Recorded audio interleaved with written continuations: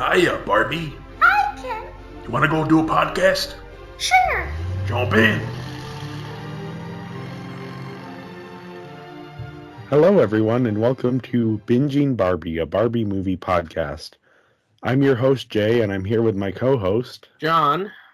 And today we are going to talk about Barbie of Swan Lake. Not Barbie in Swan Lake, not Barbie as Swan Lake, Barbie of Swan Lake.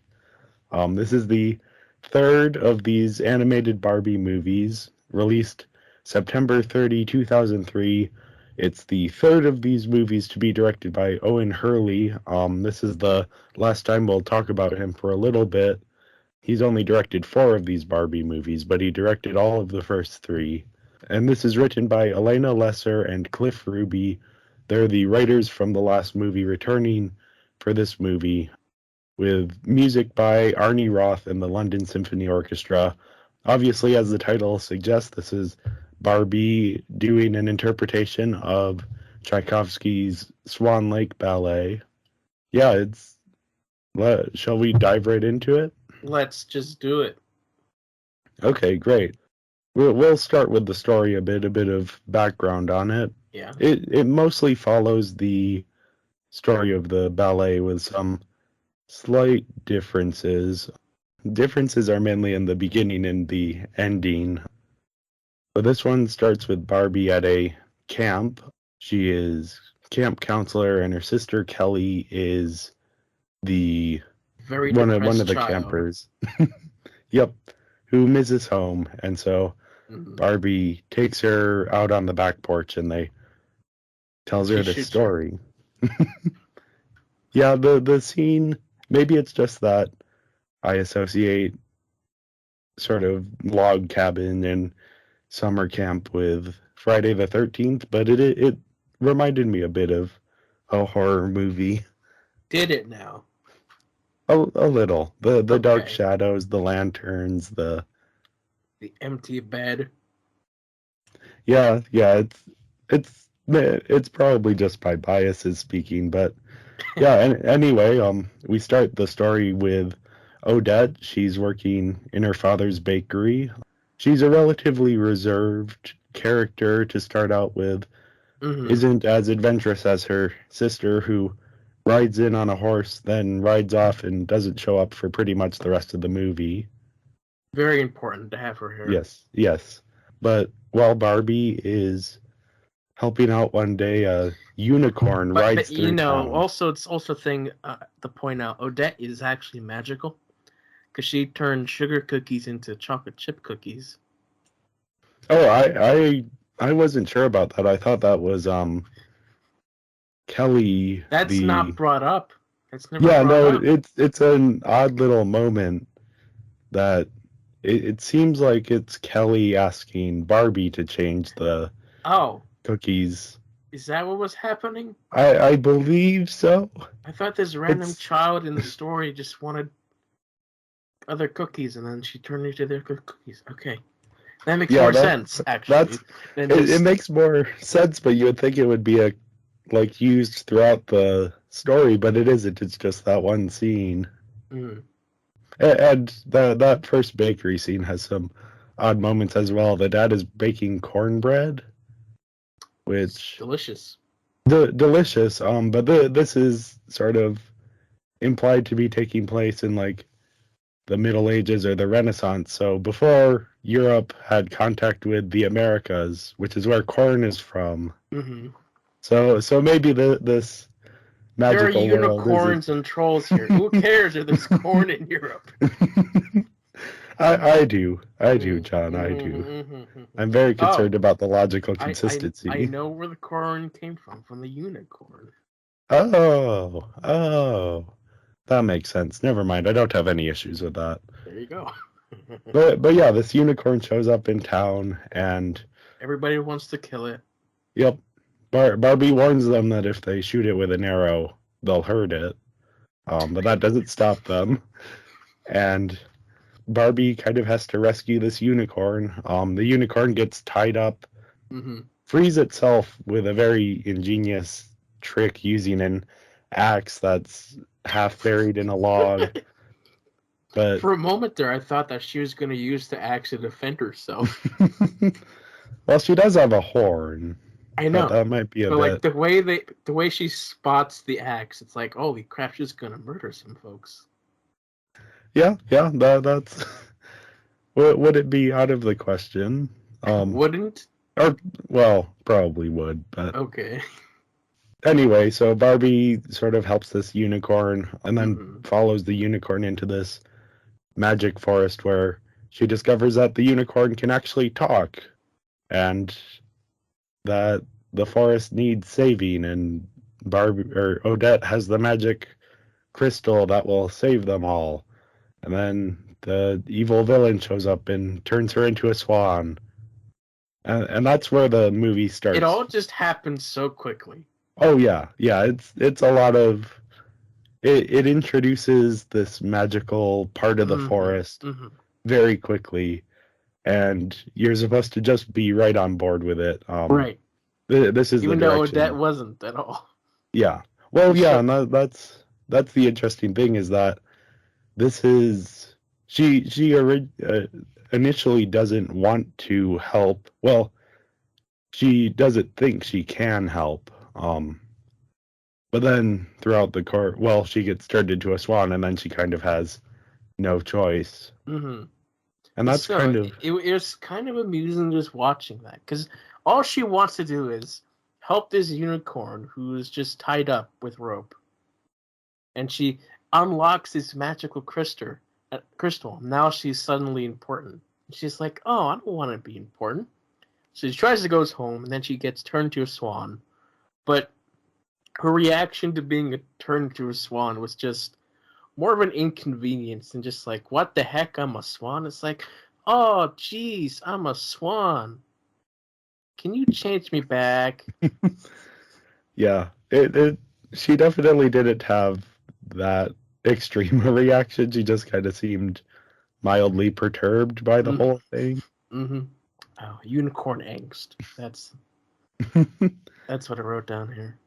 Yeah, that kind of sets up what the main plot of this is going to be, which is that, well, actually it doesn't quite set up the main plot, because this movie has a lot of little things that have to get done before they can get to the main stuff. So first, Odette has to find a book of forest lore, which is not part of the original ballet, believe it or not.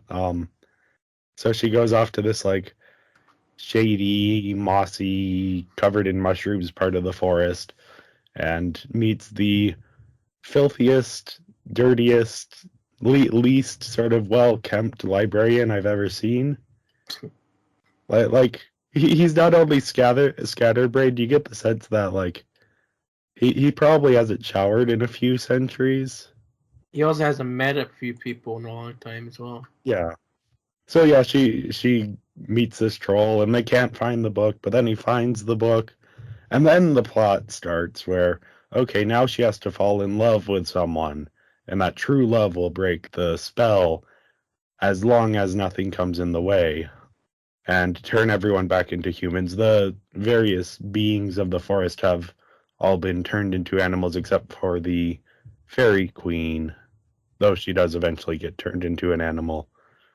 This is also when the prince character has already been introduced, but this is kind of where he enters. He's out hunting, and Rothbart, the evil character in this, the villain, lures him into the forest, and with the idea that he will kill Odette, but he doesn't, and instead Odette transforms into a human, because she transforms into a human between sunset and sunrise.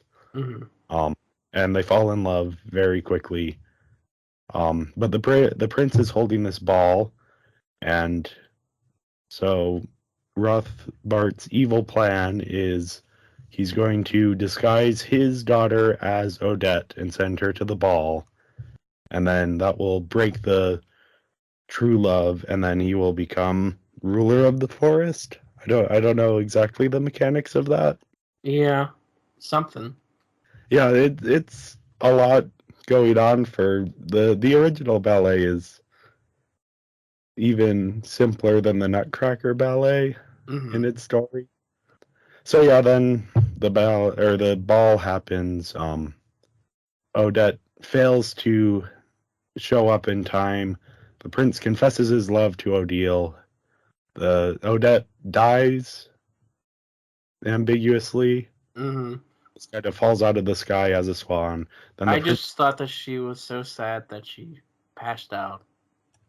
Yeah, it's kind of. I mean, the fairy queen says, "Oh, she's not dead." So I guess I don't know. We must have missed something when reading the book. Yeah, yeah. The prophecy is a bit vague. Mm-hmm. Yeah, but the prince realizes his mistake, and they all end up back in the forest, and Rothbart kills the prince and Odette, but then the magic crystal decides to kill, or not kill him, turn him into a It cuckoo. decides to just end this movie by Yeah, solving everything. yeah, yeah. Mm-hmm. It magically returns Odette and the prince to life, and they live happily ever after. And Rothbart is a cuckoo clock, and Odile now has to do house cleaning for the librarian troll. Yeah. Yes. A little bit convoluted plot. Very convoluted. I don't know. The Barbie as Rapunzel story was a bit simpler, and I think it worked a bit better. But I didn't dislike the story here. It's not very focused, but at least things are happening. Yeah, it's a stronger story than Nutcracker, but it's not quite as strong as a story as Rapunzel was, because the characters help the story. Where this one, we'll talk about them later, but yeah. Yeah, and this is the one that follows the original work the closest. Mm-hmm. Obviously, with some big changes and a lot of additions. Mm-hmm. But I think the biggest thing that this story gets right is that in the original ballet, Odette isn't really the main character. It's about the prince, and you follow his perspective. Whereas here, it's about Odette and her story. Mm-hmm. Um, she has a lot more agency in this than in the original ballet, and that's a smart move. I mean, this is a Barbie movie, not a Ken movie. Right. And yeah, it's a good improvement that kind of changes what the story is about. Obviously, the biggest change from the original ballet is the ending. In the original ballet, the prince confesses his love to Odile, just like in the movie, and then he realizes his mistake. He goes to Odette. Odette forgives him, but the magic spell has already like been broken between them. So Odette is stuck as a swan forever, and she decides she would rather die than live as a swan. So I think she jumps into a lake. I think that's usually how they interpret it. And the prince follows her, and for some reason that breaks the spell and kills the evil bad guy. And it's a more melancholy ending. Obviously, I'm sure. Yes. they didn't go for that with the Barbie movie. They did actually have both Odette and the prince die. Ambiguously. Ambiguously, yeah. It's a very G-rated death scene, Mm-hmm. Mm-hmm. Yeah. and that does break the spell.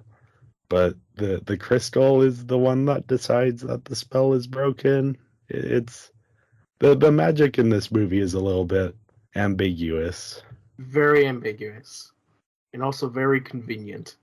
Yeah, it chooses when to work and how to work and who to work on. Mm-hmm. The biggest issue with the story is that it really could have been simplified just a little bit and kind of focused around a few more things. The whole Book of Forest lore plot line is not really all that necessary. It No, but it's just used to tell you the elements of the magical spell. Yeah, it's they're looking for a They took, prophecy. they took a long time to tell that part, though.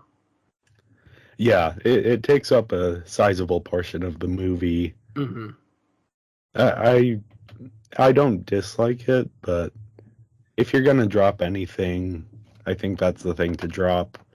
And that would give you more time to focus on the romance aspects, because that's kind of the other weak aspect is the prince and Odette meet and then immediately fall in love. Oh, And I know. I was so disappointed. I was so disappointed because they were setting up the prince's character much better. yeah, and Oh, he's much more interesting than the prince in Rapunzel, but it goes nowhere really. hmm There could have been some more. Like, he has this passion for exploration. He wants to see the world, but that's really just a scene. There isn't yeah. anything made You of know, that. his. I'm gonna peek a little bit into characters. His motivation in the beginning, when his mother is being like, "Oh, you should find a nice princess and settle down, give me some grandchildren." He's just like, "No, ma, I want to go out into the world, explore, and then I'll settle down." And that would have been an interesting character development if throughout this movie he didn't immediately fall in love with Barbie, but slowly progressed until the end. But no, as soon as he meets Barbie, he does a 180 and does exactly what his mom wants and falls in love with the girl. Yeah, and it's usually so a lot of fairy tales have the sort of love at first sight cliche Mm, or trope, maybe more accurately. And usually the reason they do that is because they're building up towards something more interesting. So they're skipping past the people falling in love to get to the story of what happens now that they are in love. Here, it's a lot of Book of Forest lore and dancing porcupines, and yeah, I'm not convinced that the love at first sight is helping them with the narrative economy here. no, especially when he was about to shoot her with an arrow a minute Yeah, before. even the fact that it has a happy ending, because the original story has this idea of sort of the magic spell as this sort of absolute force, and even though Odette forgives the prince, it still doesn't solve the problem, and it has a tragic ending. Whereas this movie, it's just like that scene's just a character mistake. It's not a Right. character flaw. But yeah, the prince was so quick to want Odette to marry him, to the point where during the dance he's like, "Yo, marry me." You haven't said a single word, but marry me, girl. Like he doesn't try to give small talk or go off to the side to have a private conversation. He's like during the dance, he's like, "Yo, girl, marry me." Yeah, and I mean that's the way it is in the original ballet, but in the ballet you don't have dialogue, so Ugh. and there's interesting people have done sort of in-depth readings of the ballet as sort of a metaphor for infidelity within relationships, or Okay. Yeah. yeah, very stuff that the G-rated Barbie movie isn't going to do.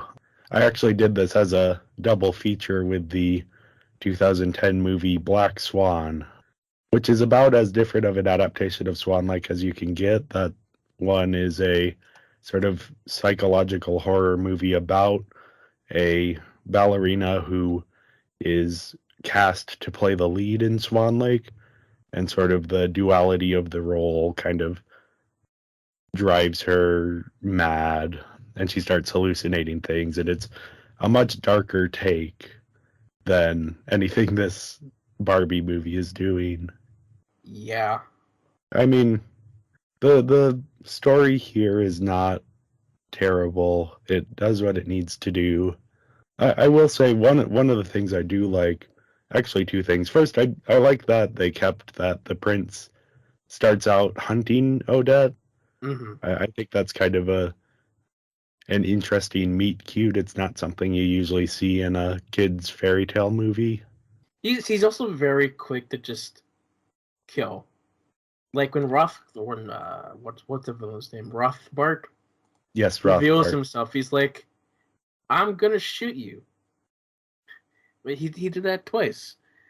His first instinct is just to kill the guy. Yeah. And in the original story, there is a thing of if Rothbart dies before the spell is reversed, Okay. then the spell will be permanent, which is why in the ballet they don't kill him. Here it's something about the prince wants to bring his armies, and his armies will be turned into animals. And then Yeah. the magic to stop any arrows from hitting him. Mm-hmm. Which I'm very glad for Rothbard that he just never, every time the prince wanted to have a fight with a sword with an arrow, Rothbard doesn't indulge him. He's like, no, and disintegrates his weapon with Yeah. magic. Like, I'm not gonna fight you. I am somewhat surprised that he only tried to turn him into an animal once. Yeah. Because that's Rothbard's main trick. Yeah. Turning people into animals. But he yeah, doesn't do anything with it. yeah. He is an interesting villain in that he actually wins at the end of the movie. It's just that the Deus Ex Crystal decides to. I know. Which it's a Barbie movie. That's what has Like, to. it's not like a great ending because it doesn't feel like we earned it. It's just like the villain wins. It's like, oh no, how are they gonna do this? But then they don't do anything. The crystal's like, yeah, peace, I'm done. You're gone, mate. I'll let you lose. And then he Yeah. loses, and it just doesn't feel like he doesn't lose because of his ego, like in the last film, or what's that word? His hubris. Hubris. Yeah, because in the last film, the mother thing, that lady, Yeah. like her spell, she traps herself because of her spell. Here, he just loses because we have to end this movie. Yeah, I think that's a fair criticism. I think you could argue that the true love prevailed and that was the spell of the crystal, but it's tenuous at best. Yeah, very tenuous. And the crystal wasn't even touching them. Like, he had it on him. Yeah, I'm still confused about the rules of the crystal. Mm-hmm. But I did like a different thing I did like is that, and I haven't mentioned it in the other Barbie movies, but they're willing to every once in a while just let scenes play out without dialogue. So the big one in this movie is when Odette follows the unicorn. That is an entirely silent sort of 2 minutes, and there's no like you could imagine Barbie talking to herself of like, where's the unicorn going? Oh no, it's caught on a rock. Oh look, it opened the door in the back of the waterfall. But instead that scene just plays out without dialogue. Mm-hmm. And I think a lot of times animated movies are scared of losing kids' attention by doing that. So I appreciate that this movie had moments like that. Yeah, at least it tried. Overall, I gave the story a 4 out of 5. I might move that down to a 3.5 out of 5. Yeah, I gave it Um, a 3 because they didn't solve the ending properly. And generally the story was just a little all over the place, but it was still a decent story, so. yeah, definitely an improvement from the Nutcracker. Next up, we have the characters. First on our list is Barbie slash Odette. The cool thing about her character here is that she has a character arc, and her character arc is the focus of the movie. She starts out sort of shy and reserved, but wants to do the right thing. And she refuses the call at first, the call to action, because she isn't quite sure in herself. But then she turns out to actually be braver than she realizes. There's a line about that. Yeah, I thought it was interesting that they gave her this arc and that she was allowed to be wrong at the start of the movie and then grow from there. I did not notice this arc. Yeah, I was on her side the entire time. It's like, oh yeah, this magical thing is not your problem. Oh, you're a swan now. I guess it is your problem now. And then she becomes brave, or courage, or something. yeah. I didn't realize that was what we're going with. So Yeah, they call back a few times to bravery, and that's actually the message of the first Barbie movie, apparently. That's the stated message of it. Right. Whether it's brought out much is up to interpretation. This story actually, I think, brings the bravery into focus more, because there's several scenes where she has to do pretty brave things, and they make sure to comment on it. But yeah, I thought the character animation was, again, great for Barbie. Usually is. Of course, because she's the focus. Yeah. She, even as a swan, though, I think she was well articulated, well animated. Movement made sense for a swan. Mm-hmm. And then she has some good dance scenes as well. And some good dresses, some good costume design. Yeah, she has a few different dresses. Yeah, do you have anything else to say about Odette before we... No. Barbie is just very similar in each film. And that's kind of they're hoping that bring the audience back in with this character they kind of already understand a bit. Yeah, oh yeah, go ahead. What I just with her character, it's also why I didn't notice her arc is because I didn't really feel like her character was looking for something. Rapunzel was just, she wanted to be free to explore, to be outside. Odette was just there. She's like, oh, I'm going to help this unicorn. She didn't really seem like she wanted anything except, I don't know, what she had. In that way, actually, the opening of the movie reminded me a bit of the opening of Howl's Moving Castle. In that you have this lady who, she's rather content in her life, and she has these sisters who are like off doing great things, or like want to do great things, or just want to be away. But no, she's happy just kind of like working the family business.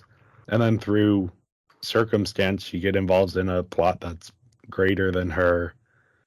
And I would argue maybe realizes that she actually did want more out of life, but was maybe kind of settling for just the easy rather than looking for something better. Yeah. So moving on to Prince Daniel. Yes, his royal cuteness himself, Prince Daniel. Is that what he's called? Well, that's what the unicorn Lila calls him. Oh, right. He had some personality, a little bit. He has actual interests and goals, unlike the Nutcracker and the Prince from last movie. Right, but like they're thrown out the window when he meets Odette. Yeah, that's kind of. I think the hunting kind of still factors in. It does, but the exploration of the world kind of just gets put off to the side. Yeah. I do like the idea, both in the original ballet and in the movie, that he is so easily tricked into falling for the evil villain's plot. I don't think this movie does anything with that idea. But he should have had a conversation with the girl. Yeah, before immediately go to marriage. Maybe kind of shows he's a bit impulsive and maybe lacks the temperance he should have. Perhaps, yeah.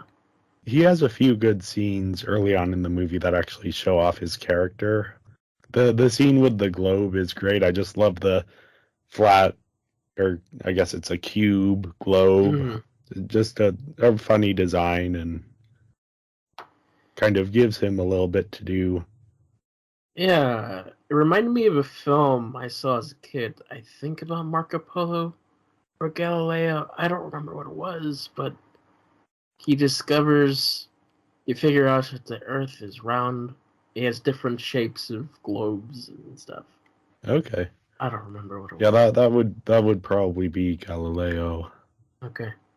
I also think the animation on the prince this time around is an improvement. He looks handsome, Mm-hmm. as Lila says, his royal cuteness. Mm-hmm. You actually get a sense for why Odette might fall for him so quickly. Yeah, I mean, this is probably the better Ken that we've seen.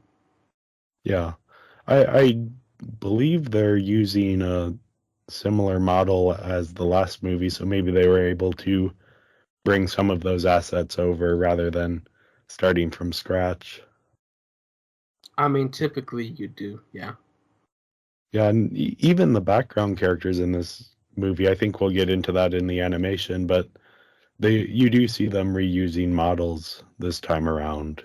Well, a bit less that we see because they're most of the time is spent in the forest and animals. Yeah, You don't see a lot of people in this film yeah. until the Oh, end. but I did recognize I saw a few familiar faces Mm. in the town, especially. I wasn't looking too closely. Well, yeah, I think we've kind of said everything there is to say about Prince Yeah, Daniel. yeah. Oh, I will briefly mention his name is changed from the ballet. He was originally Prince Siegfried. Siegfried. I don't know why they changed it. Maybe because Mm. they didn't change any of the other names, but oh well, that doesn't really factor into anything. I mean, Daniel is. I don't know. Like, what kind of girl is gonna fall in love with Siegfried? Think about it for little kids. They're not gonna look at Yeah, Siegfried that's and be like, fair. "Oh, I love Siegfried." It's like Daniel. That's the I know a Daniel. Oh my gosh. That's what they're going for there. Yeah, probably you're probably correct in Yeah, they that. noticed that in the last film, Stefan was not working, so they turned him to Daniel. Yeah, maybe that's what ended up happening. But It's yeah, totally what happened. but yeah, let's talk a bit about Lila, the pink Oh, unicorn. pink unicorn, Lila. She's kind of the stand-in for Penelope from the Barbie as Rapunzel movie, but she doesn't She have nearly as much to do. she doesn't have an arc. Yeah. She's just there to be there. And I've heard she's kind of the most love her or hate her character in this movie, Mm-hmm. where people tend to either enjoy her humor or find it insufferable. Personally, I thought she added some good jokes to the movie. Right, but she's just there. She doesn't Yeah, do anything yeah, except she's the comic relief a little bit. except I More don't know, more in a fight a little sarcastic bit way. with her horn, She does move, have a plod scene of along. fencing with her horn. Or Yeah, pretend fencing. right. So she's that toy we gotta sell. Yeah, I might actually look into as we talk about her if there was a toy. Oh, there was totally a toy. If it's a horse, they're gonna make a toy out of it. Yeah, I was curious, and you would know more about this. The way she was animated and designed reminded me a little bit of My Little Pony. Uh, And I was wondering if that's just all anthropomorphic horses are it's going to look kind of anthropomorphic. similar. It's anthropomorphic. Okay. Yeah. But no, I she's was, totally a toy because yeah. near the end, she strolls up with a wagon, a pink wagon, with a fairy, as they Oh, yeah. show up to the That's, castle. See, that's a toy. That's yeah. toyetic. Yes. That's what that is. So she's totally a toy. because she comes. Oh, with yep. And she comes with a wagon. I am seeing there's Barbie and Prince Daniel in a carriage pulled by a pink unicorn. There you go. There you go. Well, it looks like that is the case. It is currently out of stock, only $109.99. A bargain. Bargain, indeed. It's not even the good dress from the movie. I don't see Penelope being a toy. Yeah, I'll look into that a second because I am curious. Because like you'd think like dragon, but like I don't. They usually skip out on dragons for toys. Yeah. Even in ponies. There was a plush. Yeah, plush is the main thing that they do, but like actual figures, they don't really even try. Yeah, I'm not seeing any Penelopes here. Of course, this isn't an official list of merchandise. This is just a brief Google image search, so yeah, that's the peak of research. Yes, that's what we bring you here. Peak of research. Mm-hmm. Lila, kind of there. I think she's funny. Doesn't really have much to do though. But next up is the Fairy Queen, who I like her backstory. I like that it's tied to Rothbart, and it's kind of cool how she floats. And I don't know that she has much character beyond that. She's the same as the fairy prince queen from Wizard of Oz. Yeah, she's there to assist with a little bit of magic, but she's just there. Doesn't really factor in much to the story. She's the woodland royalty. That's all we need to know. The mouse she turns into is kind of adorable, but sure. Right. The little crown and the little bracelets. Yeah. Yeah, that's my thoughts on the Fairy Queen. That's your thought on the Fairy Queen. Her mouse looked good as a mouse. Sure. Good as a mouth. But anyway, we have Rothbard, the main antagonist of this film. Yeah. He's fun. Yeah, he's fun. He kind of looks like Liam Neeson. Yeah, a little bit now that you mention it. Yeah, halfway through the film, I just started looking at him, thinking it's like, there's like an old 2003 Clone Wars 2D animated show where Liam Neeson makes his character makes like a quick glimpse, and it looks exactly like that, with a very exaggerated nose and face, and yeah, he could totally play that character. Yeah, that's. I don't know if he would quite get the accent correct, but you never know. Who cares? It's Liam Neeson. Yeah, he could do well with. He could turn it into his own character, kind of. Mm. Yeah, I thought, as a villain, he serves his function pretty well. He doesn't have a complex motivation or anything. He's just kind of wants to be the ruler.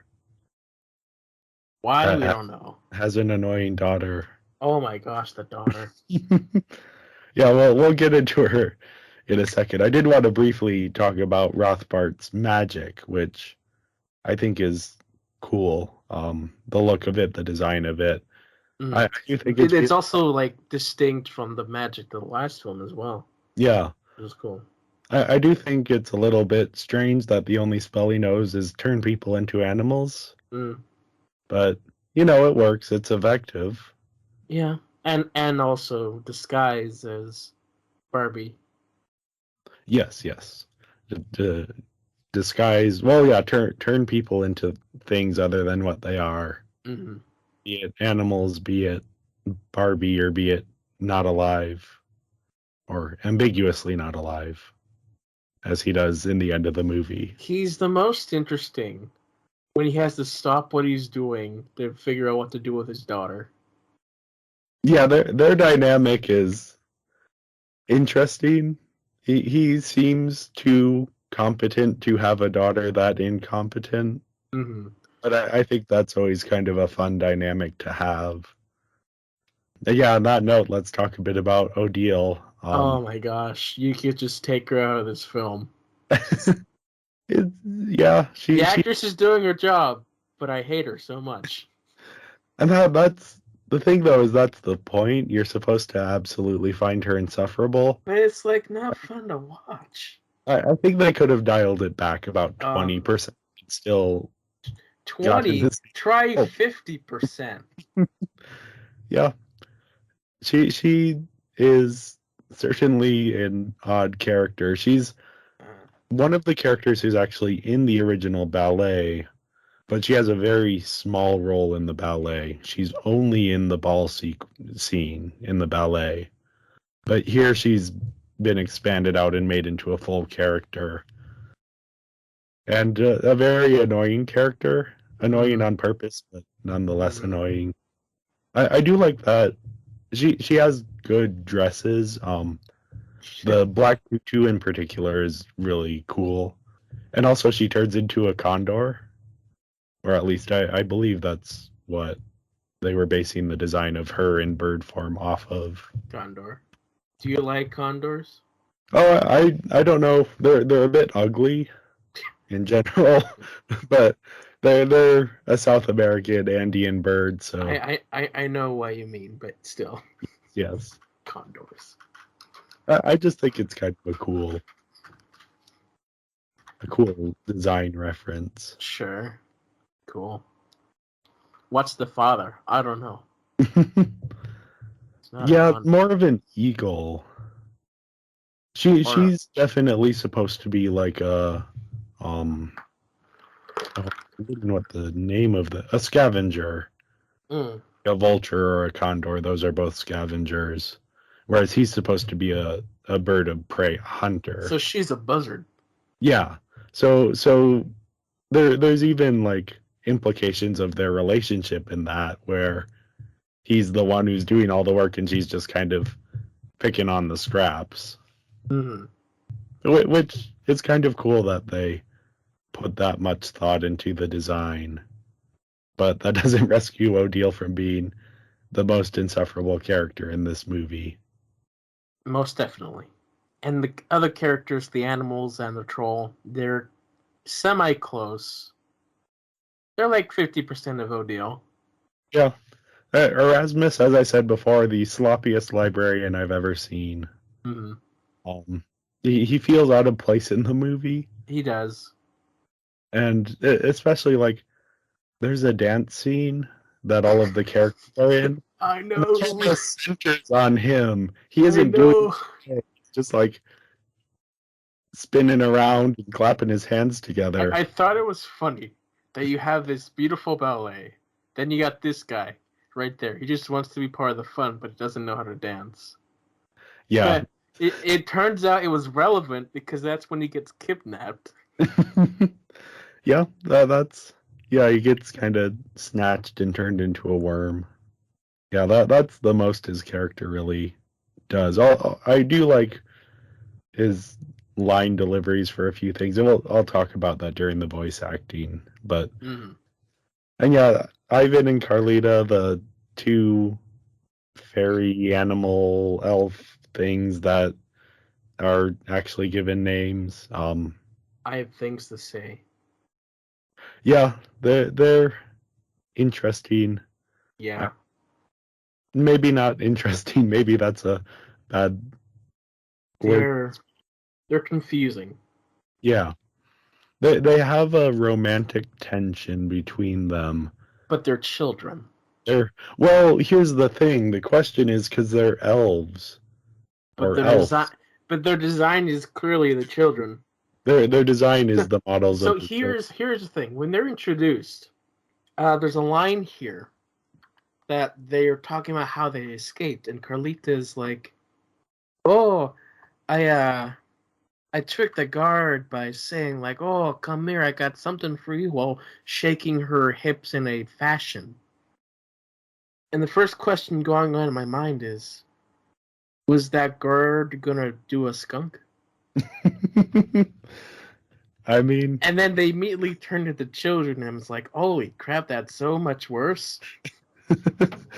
yeah, that was my thought process for that scene as well. It's An odd choice. So odd for a Barbie movie. Yeah. And I think they're hoping that you don't pay that much attention to it. I mean, of course, the joke is that she's a skunk, so she sprays the guy, but still, Yeah. the implication. One, this guard. What's the guard anyway? Who's Maybe the the guard? Are they maybe the guard birds? maybe the guard thought she was bringing him a plate of cookies. But what guard? We never saw any guards. We saw birds. Yeah, I don't know. That part of the story isn't really explored all that much because it's also the castle is in the middle of like a pit of roots and vines. They don't sound like children, yet they look like them. Yeah. Also, their dance in the middle of the movie. Like there are some good dance sequences in this movie. The porcupine and skunk dance is not one of them. See, I don't like the dance sequences. Yes. However, when they started dancing, I'm like, there's a purpose here. There's an actual purpose because they're like, oh, we'll teach you how to dance, and then they both start dancing. Yes. And that makes more sense to me than just them starting the dance because ballet. I could accept that, but their dance was a bit long.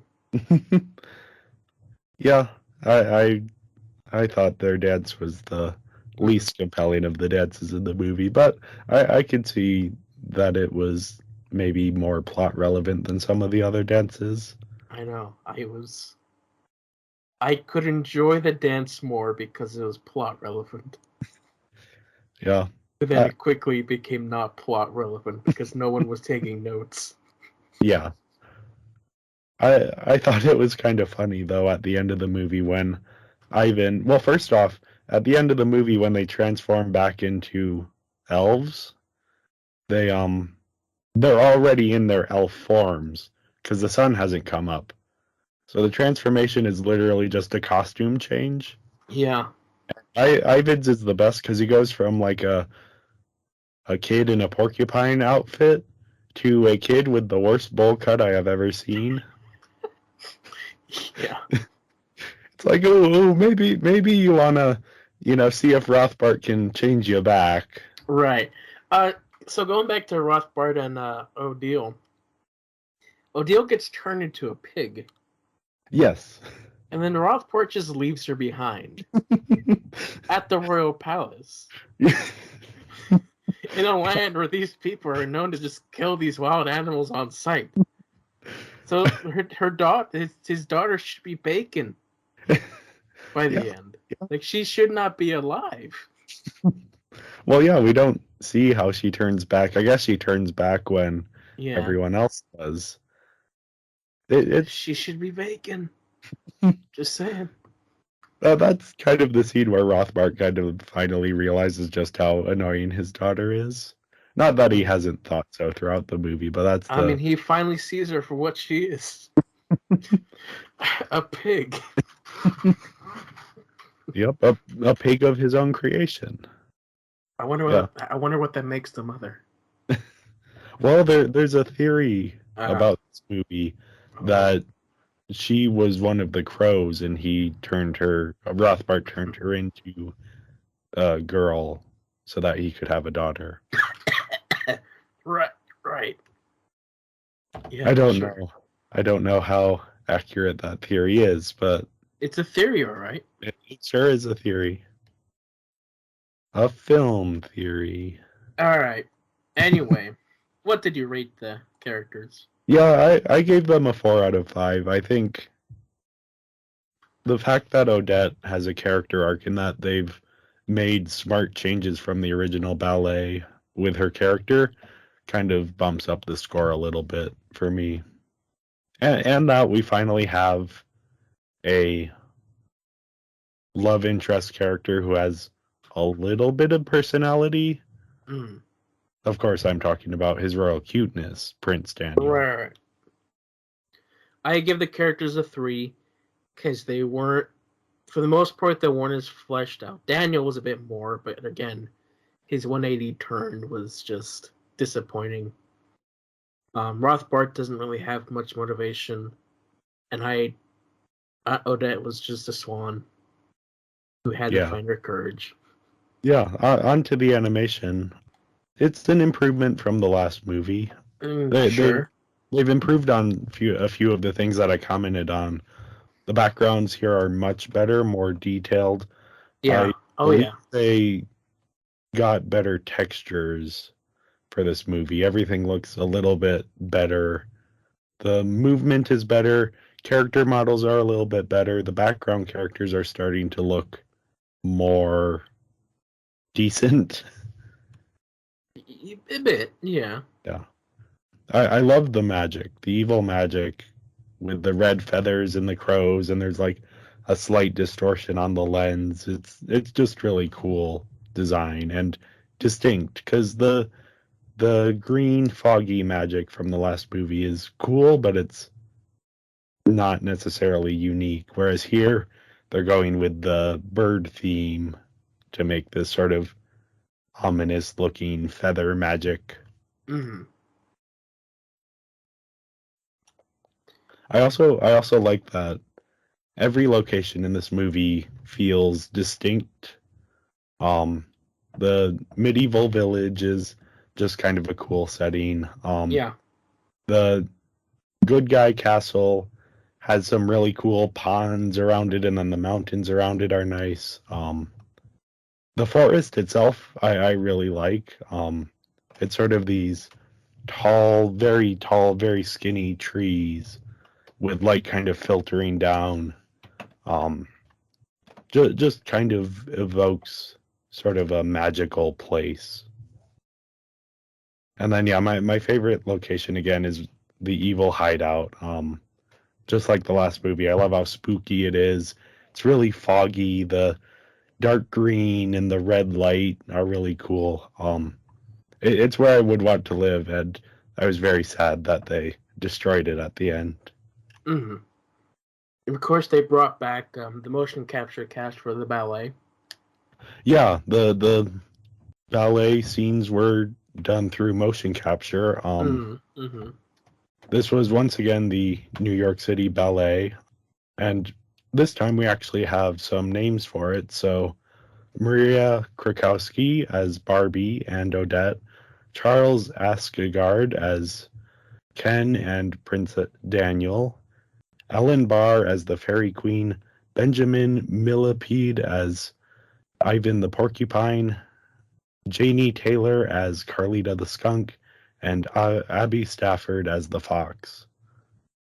Just wanted to shout them out to kind of, since in Barbie as Nutcracker they didn't get any credit or Mm-hmm. name credits that I could find.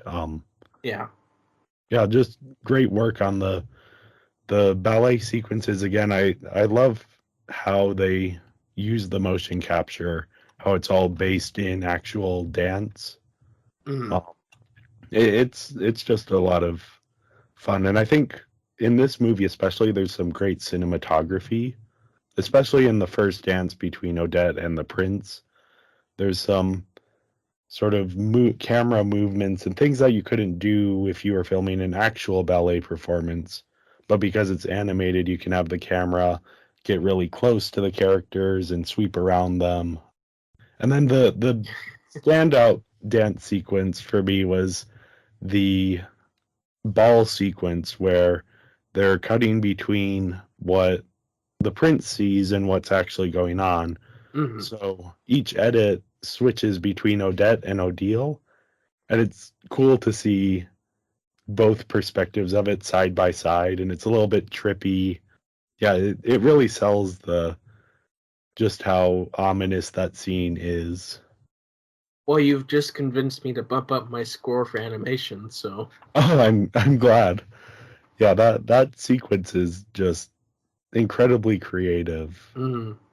Um, and yeah, the other thing I wanted to mention, the aerial fight outside of the evil hideout where Odette is as a swan flying around and avoiding these crows, and then she dives into the fog and shoots back out and into the house. That was just a cool scene to have. You wouldn't expect to see an aerial fight scene in a Barbie movie, but I think they did a very good job with it. So with that, we both are now scoring this a 4. Yeah, 4 out of 5 for me, and for you as well. I'm glad I convinced you to bump up this. I was just a 3.5, which is still a good score, but I didn't notice a lot of things you were talking about, so it just went up a bit for me.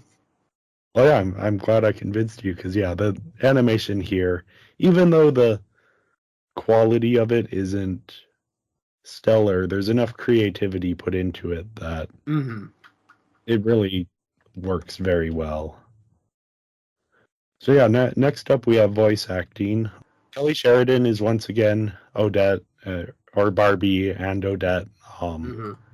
She's once again doing a great job. I don't really have any notes on her performance, because it's the same and it's great. It's always.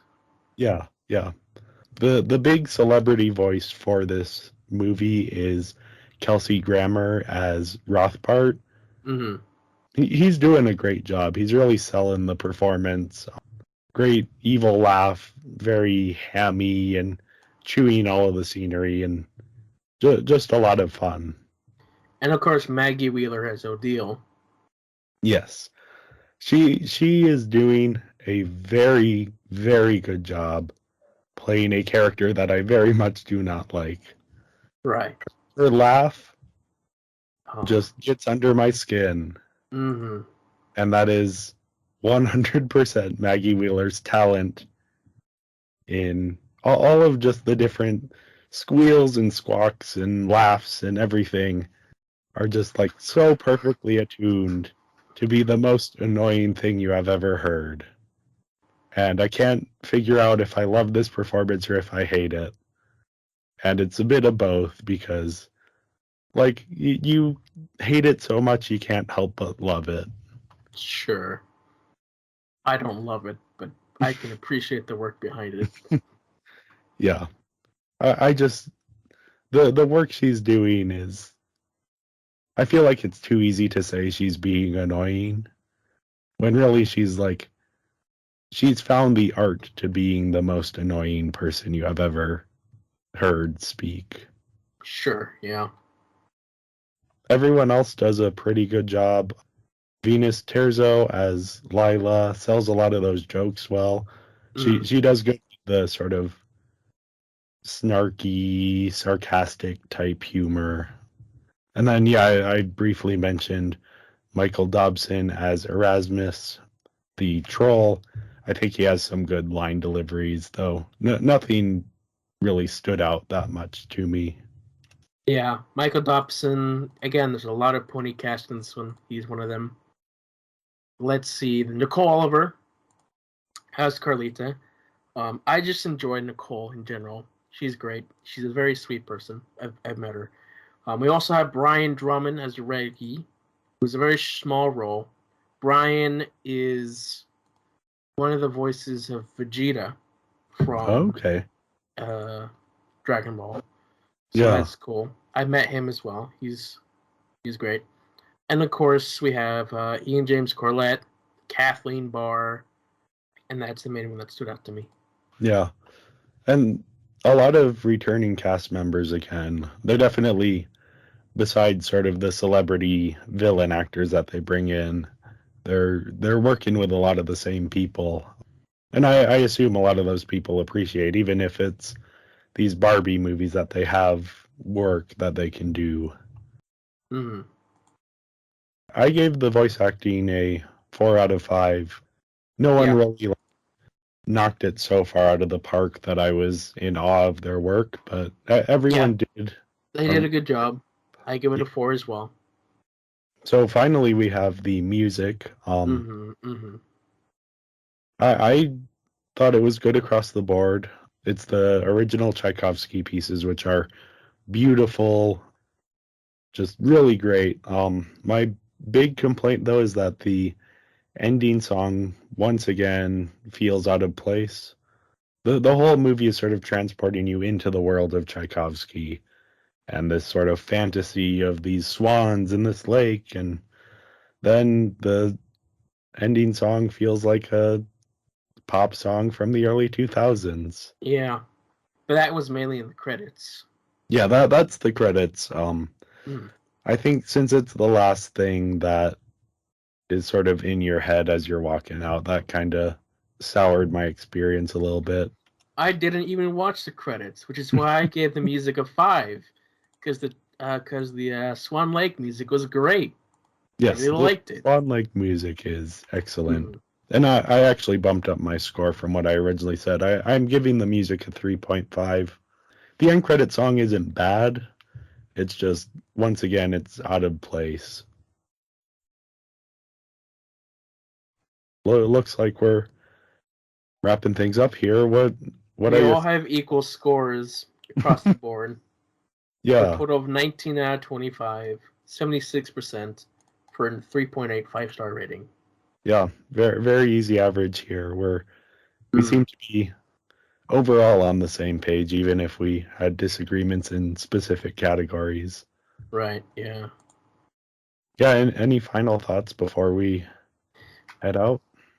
Final thoughts. Like I said earlier, it was fine, enjoyable. It did get slow in a few places, and Yep. of course that was mainly having to do with the book. But overall, enjoyable. I'd say that Rapunzel is still stronger, but this is second best.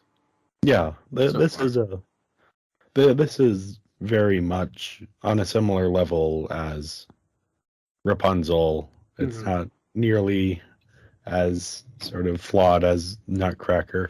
But yeah, the story does have these odd digressions that, yeah, kind of derail the narrative a bit. So, what are we doing next week? Next week we have what many consider to be the best Barbie movie ever made. Oh, We'll have to see if we agree. That is, of course, Barbie as the princess and the pauper. oh my. This is a dual role for Barbie, her first chance to act alongside herself. I actually know this story. Yeah, it's gonna be interesting. There's cats that act like dogs and horses and What? yeah, it's an interesting one. Well, we'll have to see how it shapes up. Surely, yeah. But yeah, thanks everyone for listening. And join us next week when we talk about Barbie as the princess and the pauper.